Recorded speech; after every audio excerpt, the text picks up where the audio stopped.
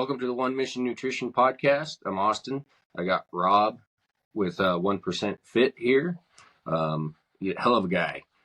This podcast here is just for people who are starting out in business or just want to get to know about how business is run, or any type of business for that matter, and even fitness. Rob here, he's a pretty fit guy, really. I look up to him. He's got his diet on point. I'll go ahead and let you take it from here. So appreciate that, by the way. I try to stay fit more for psychological reasons versus, the aesthetic side of things. I like looking good and commanding that respect when you walk into a room and you're, the most fit person. But I mostly do it just because it's a way of life and it's medicinal, right? I'm naturally a high-strung individual that has tons and tons of energy. Ever since I was a kid, it was like had to go, keep moving. And I discovered when I didn't have something to do that I would make poor choices. And so the gym, it burns that energy, and then also gives the endorphin feelings where you're like, you feel that I don't want to call it a head change, but you feel that accomplishment, you feel, the strength, all those different benefits. So some people say the addictive personality. There's been stints where I've fallen off of the wagon, or work has consumed my morning. And instead of going to the gym, I end up in front of a computer. What was it about? I'm about 3 weeks back in. I took about a month off, not on purpose, but just because work was commanding my attention. And oh man, I could tell a distinct difference in how I spoke, how I behaved, my energy level, all those different things. And so the gym's huge for me, just simply because it keeps me grounded, keeps me connected, and makes me feel accomplished. And I'm sure you're, familiar with this in the business world, where you start projects and there's never an end to it. You don't get that completion. You can go step into the gym, spend an hour, hour and a half, crush whatever you're doing. And when you walked out, you're complete. You're done. You've done it, right? And you can check that off of the list. It could even be incomplete workout and you still feel like you accomplished something. Because you did something. Yeah. Yeah, dude. The diet side, it's easy for me. Just because I have, I own a meal prep company and the food is just there. And so it's more simplistic or more convenient, but by no means is my, diet perfect in regard, I'm kind of questionable about that. Okay. Cause so when you consider diet, it's the retraction of something, and today's day and age, eating healthy is considered eating good food that's not processed. And in order to be dieting, you have to be eating a regular, if you went back 30, 40 years from now, that would have been considered a normal food consumption. Yeah. But now eating normal is Taco Bell, fast food, and everything like that. And so it's kind of interesting how that's shifted, where normal, the new standard and the new par is fast food. And if you're eating regular earth created food, you're now dieting. Yeah. No, I've done a little bit of research on that type of stuff, just trying to get it. And one thing, a lot of things I've seen when it comes to like processed food, do we want to kind of clarify that heavily processed? Because technically cutting a chicken breast is processing your food. So, so heavily processed, where it's got a bunch of chemicals, additives that are and shit removed that your body needs, but it's all trying to make you hungry so you eat more and buy more. It's a drug. Yeah, it is. They capitalize the market. They have. So tell us, how did you get into meal prep service? What was that aha, or whatever you want to call it, that said, hey, I just want to make food for people that's good, clean, healthy by today's standards? So growing up, in a impoverished, low income home, my mom was on all types of substances, and so I had to grow quick. And so I learned how to cook. And that then became my way of feeling fulfilled, right? Or like I was contributing to a home. My first job, 14 years old, Kenny Rogers Roasters, if you remember that place. That I've never been to it. So it's like a Boston market, but Okay. it's like chicken, things like that. And so I was working there to help support my home because I moved out with my mom. Uh, Kind of sketchy situation, but to help protect her from the people that she was dating or associating with. And so, you know, 16, a job at Shoney's, and discovered that I liked food. Fast forward to around 28 years old, going through school for fitness and nutrition. And, it always been a part of my life. There was brief parts where it kind of dwindled. But going through school, became a personal trainer. And to preserve money, I would always do my meal prep on Sundays. And one of my clients, Arthur, he saw me eating one of my meals in my barber's chair, and he's like, "Hey, will you cook that for me?" Sure enough, absolutely, I will. Just buy my food. That's all I wanted. I just wanted to eat for free. And he had an amazing transformation. And I kept feeding him, and a couple of other guys in his office that I also personal trained, wrote plans for, saw his transformation, and like, "Hey, we want food as well." And in my home, and this is in Sugar House, Utah, where there's like they're really small homes, they're older homes, and I ended up with about 30 clients that I would home deliver. I'd do all the preparation, the cooking within 2 days, all the dishwashing. Like it was a pretty slick setup, but it was very small. And I inevitably said, after 5 people got on, I was like, all right, this is something, because nobody that I would write plans for would listen to them. And so I took that, ended up in a commissary kitchen out in Sandy. It's the same one that we still own. Uh, Ended up in there renting 1 day a week, and then 2 days a week, 3 days a week, 4 days a week. And then I ended up buying the kitchen in 2016. Now, I'm not just, I also have two different verticals, the meal prep company, and then I also own it's called Compass Launch Kitchen, where we bring in incubation companies and kind of coach them, guide them, and give them space to do their operations. And so it's pushed me further into the food world, which if anybody's experienced in the food world, it's a pain in the ass. They're, shelf life, food stability, different governing bodies. It's probably one of the most scrutinized things out there, right? Supplements, they're kind of scrutinized, but there's really nobody that regulates them. Not yet. There's no Yes. supplement regulations yet, but you never know, it might be coming. Yeah, you've got the third party testing, things like that. But food, there's heavy regulation. And so, do I love food? Yes. Do I enjoy feeding people? I do. I love watching the transformations and, seeing how we can help them and create new humans and new families, right? Because it's a trickle effect, and it affects everybody in the home. And so, yeah, I definitely enjoy it. And is it complicated to get into the food world? But worth it? Yeah, absolutely. Worth it, definitely.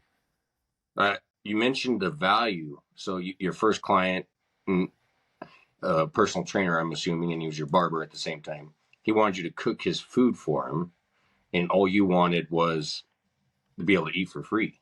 That was a hell of a value that you were providing. That also led you into the next step. Yeah, So it was a cool accidental transition. And again, I would write plans and write plans and write plans, and people just wouldn't follow them. And so we simplified it. And initially, like the operations and how it from top to bottom, when you're operating out of your house, you really don't have any SOPs. You don't have a lot of, you don't have the insurances. You're not paying a whole lot of taxes. But as you transition into actual entrepreneurship, where you have overhead, you have labor, you have employees, it drastically changes. Me by nature, I'm more of a creator versus a leader or organizational type of individual. And so I've had to transform personally and kind of adapt those different strengths. And I'm sure you've done the strengths finder where you kind of say, hey, what's my strengths? What's my weaknesses as a person? Yeah. Adaptability is my number one. However, creativity is also my number one. And so I'm not typically the person that sits behind a desk and manages humans. I find things, create things, and then kind of build and then pass off so I can create something else. And so definitely has been a dynamic shift in learning curve to figure out how to educate myself more to be effective, efficient, and impactful in those different verticals. So for somebody like me, where I'm not the most creative person, I struggle being creative. I can sit and look at something, try and create it for hours, and come up with one little tiny thing that people will look at and go, what the hell is this? And just bypass it. What would you say to somebody like me on that to become more creative? Oh man, there's so many different resources, things. One, creating the space, because people, when you have like different stresses on you, the ability to create is diminished, right? Yes. Feeling comfortable, confident, and kind of making the space for yourself to create that is one way.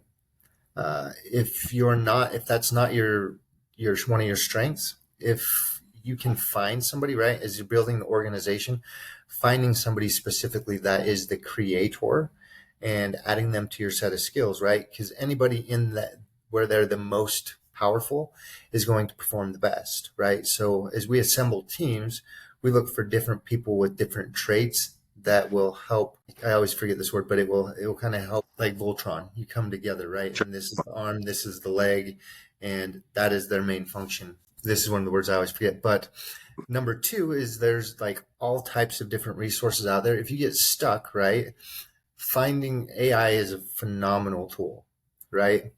Because it's taking a ton of different people's thoughts, concepts, theories, ideas, and pulling a bunch of data. And so if I get stuck on something, right, like I'm the person that drives down the street and I'm like, oh, this would be a great idea. If you added this, it would make it work so much better. And it doesn't stop. But, probably 20% of those ideas are phenomenal.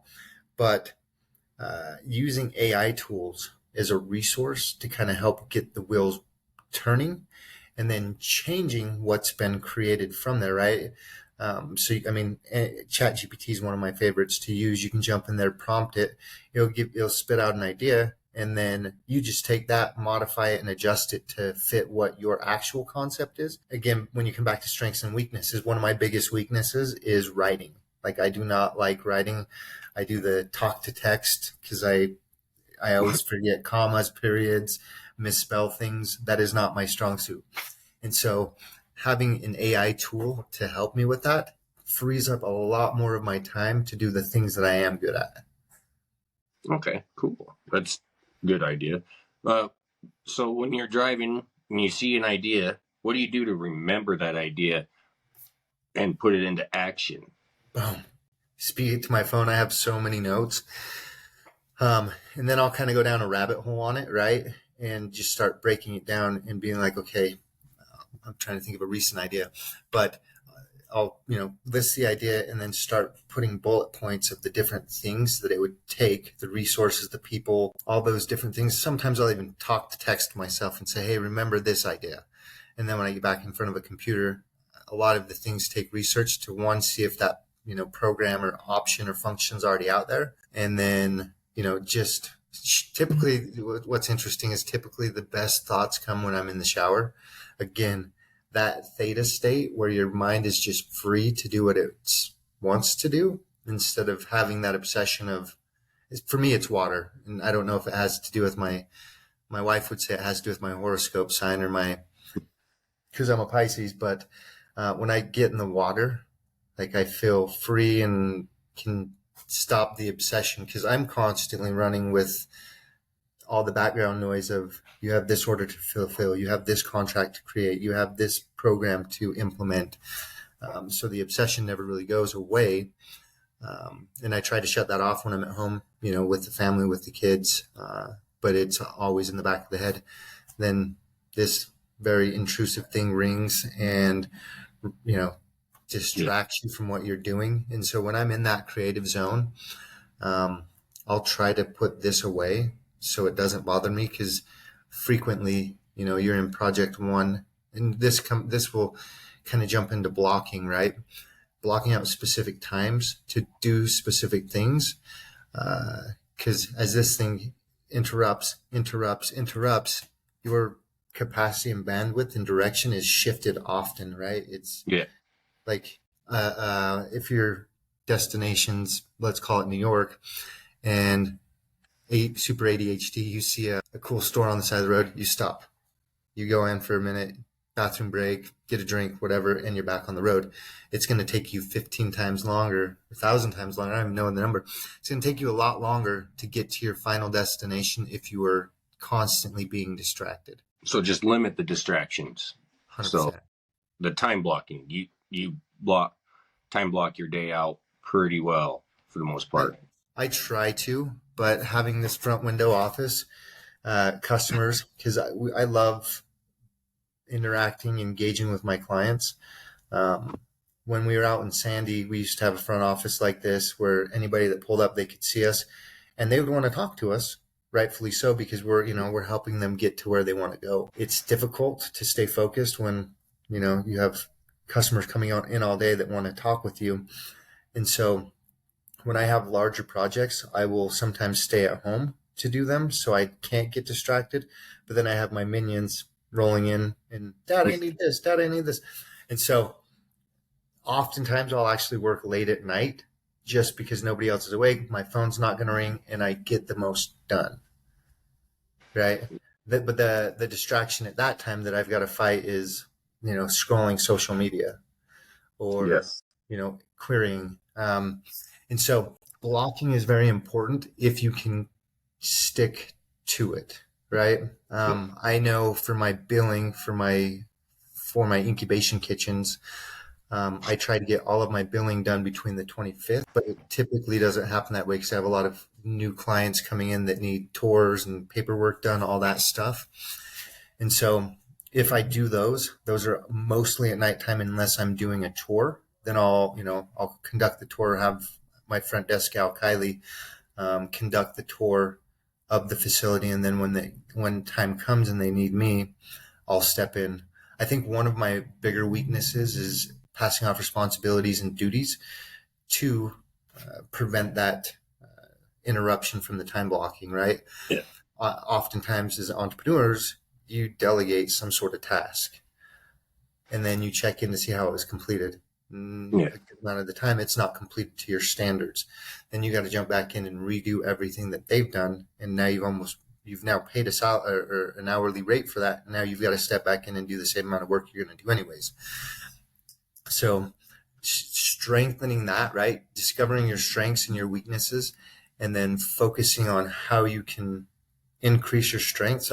There's been so much that's been said about saying, hey, spend 80% of your time inside of your strength and then 20% of your time in your weakness, and focusing on how you can strengthen that weakness to become stronger. Yeah. No, I'm right there with you. My strengths right now are just when I focus on something, I'm able to focus on it and do it.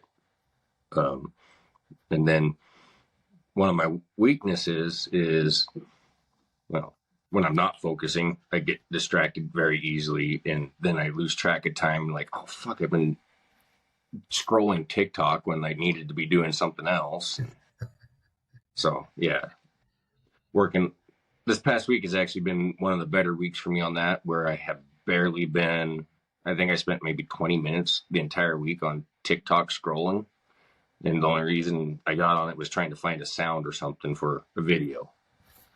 It's as a contributor, not getting caught up in being a consumer, right? Yeah. There's a big distinction or a big difference between those two. And when you go on to post, because there's so much pressure to be like, hey, I have to stand out. I have to constantly post. I have to stay relevant. Well, now you're scrolling, right? You're getting ready to post something and the algorithm does it. So something shiny catches your eye and you're like, oh, shoot. And then you go down this rabbit hole. Yep. when you're like, man, I just came here to post. I came here to Yeah. put on something. It's easy to do. By design, baby. By design. Well, we'll get there where our stuff is actually where the algorithm's sending everything. That's one of the plans. So one of the is we're on this subject. So 3 C's: consumer, contributor, creator, right? And this is in multiple verticals of life.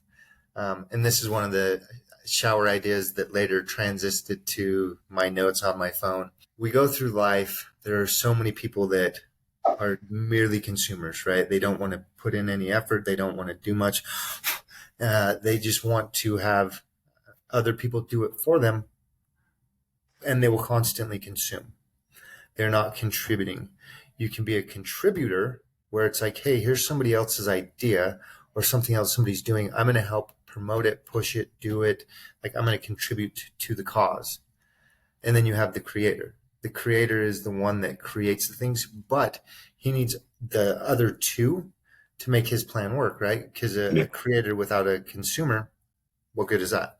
A creator without a contributor, that's going to make the creator also the contributor, right? So staying in each vertical, having one of each, like that's for me, like that's how you create that strength and the ability to function at a high level. Oh, get out of here! Sorry, I got my husky trying to get attention. Guest appearance. Yeah, come on, come say hi. Come on, hop in there. Yeah, this is my husky. Oh yeah. This is a Kayla. All right, go outside. Go. Okay, so she goes in the kennel. Yeah, that's my dog. See, distraction. We got distracted by my dog. It's a perfect example. Mine's typically a toddler or an 8-year-old. No, I had that. My kids are a little bit older now. They're 13 and 15, almost 16. So, yeah, my daughter 16 in September. Good Lord. The distraction, when they hit that age, the distractions are a bit different. Yeah. Dad, I wrecked the car. Dad, I'm not coming home till 1. Dad, I don't want to hear those just yet. They're coming. Yeah, we take my 18-year-old to Dixie State, I think Dixie Tech, next week, and my wife's kind of freaking out a little bit because that's the first kid that will be out of the home. And adaptability, like it's and what's cool is he is very strong in a lot of these different topics that we've covered. Yeah, very articulate with them, very aware. And so, like, my feeling as a father, where it's like, hey, you're hitting the streets. Do I feel confident that you're going to kick ass? Yeah, absolutely. Like, you've displayed that in in your behavior, and he's responsible. He's got a job, and does the young teen things. But I think part of this as well, above and beyond entrepreneurship, like, and they all run simultaneously, right? But seeing a child come off and move into a phase of life where it's like, hey, you've made it and you haven't made any really detrimental decisions and you've kicked ass. It's a feeling of accomplishment. My contribution to it is definitely not the level of what my wife has contributed. And again, now you step into roles, right? And responsibilities and duties. Most men will consider themselves, right? It's kind of been bred into us that we are the contributors, creators, supporters, and providers, right? Yeah. And that's the role. Unfortunately, that often comes with the cost of, some call it sacrifice, of saying, hey, I'm going to go spend long hours dedicating myself to the creation of something to provide the life that I feel that they should have, right? When you grow up in poverty, and you're on food stamps and you really don't have a whole lot, and start making poor choices, you start to look for different ways that you can prevent your children from ever having the similar experiences that you had, right? And you almost go to a level of overcompensation. My kids, they're all in multi-sports. my 8-year-old right now, baseball, basketball, football, lacrosse. He did wrestling. Like, he's in everything that you can imagine, but it's to prevent, that deviation of attention, because he has the high, no, I don't want to call it high functioning, but high energy. He has a similar as me, where you have the super high energy. And if you don't direct that attention into something good, well, shit. It's going to turn into the negative that gets Yep. in trouble. Yep. Start doing that dumb shit, and then it's really hard to come back from that dumb shit. We've all done dumb shit. So it's a learning experience. So, Oh, yeah.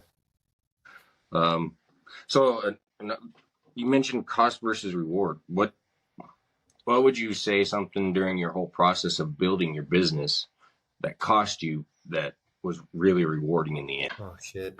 So, what's let's go with the new building, right? So as companies grow, you obviously have to find new locations, and I'm still waiting for that reward, right? It's that constant work.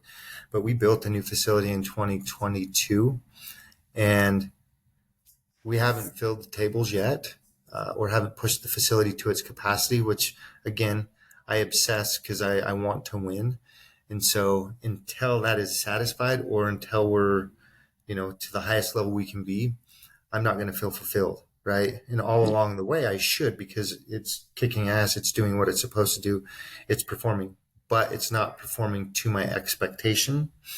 And so, the reward I know will come if you continue to put the work in. But it's like giving, like, one of the things I've been trying to learn. I'm part of a men's group, and they're like, man, like, you're a badass. Like, you need to tell yourself you're a badass, and give yourself some credit for what you've accomplished up to this point, but keep striving to get to where you want to go. I believe, like, you have to fully invest yourself into whatever you're doing, and then give yourself some grace and say, hey, you may not be where you want to be, but you're far from where you used to be, and you're continuing that forward momentum, right? You can't pedal to the metal for the whole entire race and get to the end. You're gonna sputter out or lose a little bit of momentum occasionally, or step back, right? Fall backwards. I don't know how many times in business, like, here's a loss. Here's, in the food world, having so much cold chain management, freezers, refrigerators. Like, I had a freezer breakdown 3 weeks ago and lost almost $12,000 worth of product. Oh. And where I've made a poor decision, I've made a shitty business decision and lost $50,000, $75,000, and it stings, right? But you've had, like, having got to that point where you can sustain that type of a loss, that speaks mountains, right? Where it's like, hey, you've created so much that much of a loss. And again, it's going to come back to a lesson, right? If you have that large loss, as long as you learn something from it. Some of the things that I've done to lose, $50,000, $75,000, I will not make that mistake again. I hope that's the intention. But as long as I learn from that loss, the loss was worthwhile. Not saying I want to do it again, but yeah, it will prevent potentially a larger future loss. Yeah. But so to prevent, like, the freezer breaking down, what's something you're going to do to prevent that from happening again? Oh shit! So, some of those you have no control over, and that's one of the other things. You have to control the controllables and the things you can't control, right? Because, like, when I bought my facility in 2016, I had to install a grease inceptor. Because the person that owned it before was operating outside of compliance. And dude, I kicked the dumpster, broke my foot, and was pissed off. Could I control that? No. Do I have one in there now? Yes. Would it have cost me a lot less if I had not broken my foot by kicking and acting the trick? Yes, absolutely. But with things like that, like, you just got to understand shit like that's going to happen. Obviously, maintenance it, make sure you take care of it, give it attention, but you can't really mitigate the freezer, the Yeah. compressor or condenser. I always get those two mixed up. The compressor going out on one of those units. Yeah. Well, when it comes to losses and unforeseen issues, I actually had one yesterday. I have a Bobcat 250 Miller welder, and I was on the job site trying to do some welding, and my oil pump on my welder failed. So the welder just quit Cease. working. It didn't cease. The low oil pressure switch did its job and shut the machine down, but it took me a while to figure out what the hell was going on, why it wouldn't stay running. And the welder is old enough that particular model engine, they don't make the oil pump for it. So trying to find a used old oil pump is kind of my goal, but then there's a problem. Then there's the issue of, if I put this old oil pump in, will it work still or not? How long is it going to last? Yeah, before I'm doing this again, or should I just bite the bullet and buy a brand new engine? Buy a brand new one. What I would typically say is buy a brand new one. Make sure it's got insurance on it. Some sort of warranty. Oh, I wish it worked like that with some of this older stuff, and having capital. Like, I don't really have the capital to buy a brand new engine, but I'm going to do what I can to make what I have work. Fair. That's the kind of the trade-off where it's like, okay, bootstrap and continue. Now, here's the consideration. How much could it potentially cost you in lost jobs if you don't have that piece of equipment, right? If Yes. you're unable to, do the welding with it, how much would that put you out? Yes. I would weigh that and see if the juice is worth the squeeze. Right now, it's worth the wait because I do have another welder at my disposal. It's just quite a bit more bulky to use and not as friendly because it's like a 1970s Lincoln versus and it weighs like 2,000 pounds, where my Bobcat weighs 300 pounds. Oh, that's a significant difference. Yeah. But that Lincoln, it runs so much more than what I do, so that it's overkill and not always worth bringing. So, but it's what I have, and it's what I'm going to use in the time being. Adaptability. Yep. So you mentioned fulfillment earlier. What brings you that fulfillment long term? So let's say you've been working really hard, you get your facility where you want, you get fulfilled. Is that a lasting fulfillment, or do you feel like you got to start something else to get that fulfilled feeling again? Definition of fulfillment, right? As you start a business and as you advance, what gives you fulfillment will naturally change, right? In the beginning, the accolades, hey, you're kicking ass, you're doing this. I graduated high school, valedictorian, because people told me I couldn't do it, right? Because my troublesome childhood. And I then became a person that felt accomplishment when people praised me.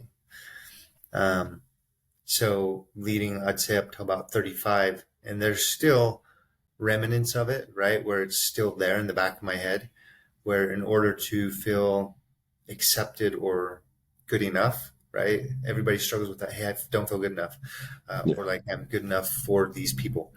Around 35, it changed massively where it's like, hey, I'm not just here to impress other people and get other validation. It's actually, relationships, home, family. And the downside is oftentimes people, or including myself, will speak of, here's the things I admire and value, right? But there's a distinct difference in identifying what you value and actually doing the actions that show that you appreciate what you say that you value, right? Like right now, for accomplishment or fulfillment, my 2-year-old running up to me and jumping in my arms, daddy's home, daddy, right? Like, Yeah. that's the next level of fulfillment. Whereas in my younger days, like, I don't know that I would have appreciated it as much. But then, yeah, again, coming back to whatever you have fulfillment in, doing the actions to show that you respect, cherish, and admire what you say you value. Because again, there was that shift where it was, accolades, financial wins, this. And so I think it's kind of merged or married now to where it's multiple things, right? Yeah. Uh, in a hierarchy where it's like, here's family, here's success, here's personal growth, right? Each one of those levels of fulfillment. Yeah. And I think they will shift occasionally and take place and kind of move, or they're dynamic, right? But I think whatever fills your cup, like there's so many times when somebody will come in and be like, hey, I just had this massive success. I lost this ton of weight. Well, that's a win, right? And Yeah. I feel as that's part of my purpose to help people change their lives and become better humans, healthier humans, have better quality of life. For me, when that happens, the emotional connection or the feeling that I have sits so much higher at a different vibration or energy level than I just made a $10,000 sale, right? Yeah. I just funded this account. The value, the fulfillment, they kind of go hand in hand. You get more out of helping people than making that bottom line. So now we're going to kind of circle back to the financial planning stuff for the lessons. So how do you plan for those major failures, I guess, the unforeseen stuff that's going to cost you those 50, 20, $30,000? Because they're unforeseen, they're going to happen. Um, again, adaptability, trying to build enough to where it doesn't, like, it's not going to put you negative. When we built this space, my build cost was like 1.4 million. I didn't have that in the bank. I hard moneyed some of my property, my personal property, to get enough capital because we built right during COVID. But I hard money loan to get enough money to satisfy the build of this, and then just being creative and finding different avenues that would satisfy that, and then just working your ass off to pay those things off so that they're no longer that stress. But with anything that's unforeseen, like, you just got to be creative, adaptive, and figure out what the hell works. Yeah. Okay. Nice. 'Cause they will sneak up and they'll kick you right in the damn teeth, but not letting it take you out, right? Because you have two options: lay down, take it, shut down. And I've seen that with like a handful. We brought on other meal prep companies and acquired their businesses or their book of business because they don't have the audacity or like the obsession to keep pushing. Sometimes it's a good idea to stop, right? Like, if it's going to cost too much and like your energy is depleted in that arena and your time could be spent so much better doing something else, there is a proper time to quit when you know and you have that feeling in your gut where it's like, hey, this just is not going to work out. Like, my first website, for example, I spent 5 years on it and $500,000, and had the situation ever come up where I had a question on billing and I didn't feel properly like it was a proper wage, I would have continued to endure that financial stress, right? But there was a distinct situation where we didn't match on pricing, and I called them out on it. And sure enough, I ended up, in quarrel with them, and site got shut down, which it forced me to change, right? And so Yeah. if you can get ahead of the curve and not spend as much time or as much money on that specific thing trying to make it work, right? Force, try to make it work and find a new direction, your time would be so much better spent in that secondary direction versus just spinning your wheels. Good advice. Definitely something I'm going to take and implement, figure out how to be creative and not spin my wheels. Dude, yeah, it's definitely easier said than done, right? Because once you have that commitment, you're like, hey, I'm going to see this through to the end. Sometimes it is better to just say, you know what, this is consuming too much time, too much energy, too much capital. I'm going to shelf this. If it happens to resurface, it does. If not, this is my new direction, and I'm going to put all of my same effort, time, and resources into this new thing that that may very well, like with my meal prep business versus my rental company. My rental company is significantly more profitable than my meal prep company. It is killing it right now. But what takes the majority of my time? The meal prep company, 1% Fitness. Whereas the rental company, not quite as much time. And so I don't, because I'm so married to the initial brand, because there's identity tied into it, right? Most people know me as the food guy. They don't know me as the creator of space and facilities and operation, for other people. Yeah. And so that's another difficult part to overcome, is that identity where it's like, hey, you're so tethered to what you do that you have to step outside of that and say, okay, we all are limited to a certain amount of bandwidth. Say, for example, I got 10 feet. Let's just call it 10 feet for fun. I've got 10 feet. 1% Fitness takes up 7. Well, that only leaves 3 for family and for other business. Yeah. Well, which one's bearing the most fruit? Well, these 2 are, not this one. And so making that distinct decision where it's like, okay, I'm going to shift and shift. It's significant. As I said, it's a lot easier said than done, but finding that way to do those things, and then comes all the way back to blocking. Yeah, definitely. Well, I hate to end the podcast a little early, but I have something that just came up that I got to go take care of. I'd love to do this again. I'm sorry to end it early. It drives me nuts, but it's all gravy. See, here we go. Do what you got to do. Yeah. I appreciate your time. Go ahead and give everybody your socials, your website, everything, and we'll carry on at another time. Reschedule. Cool.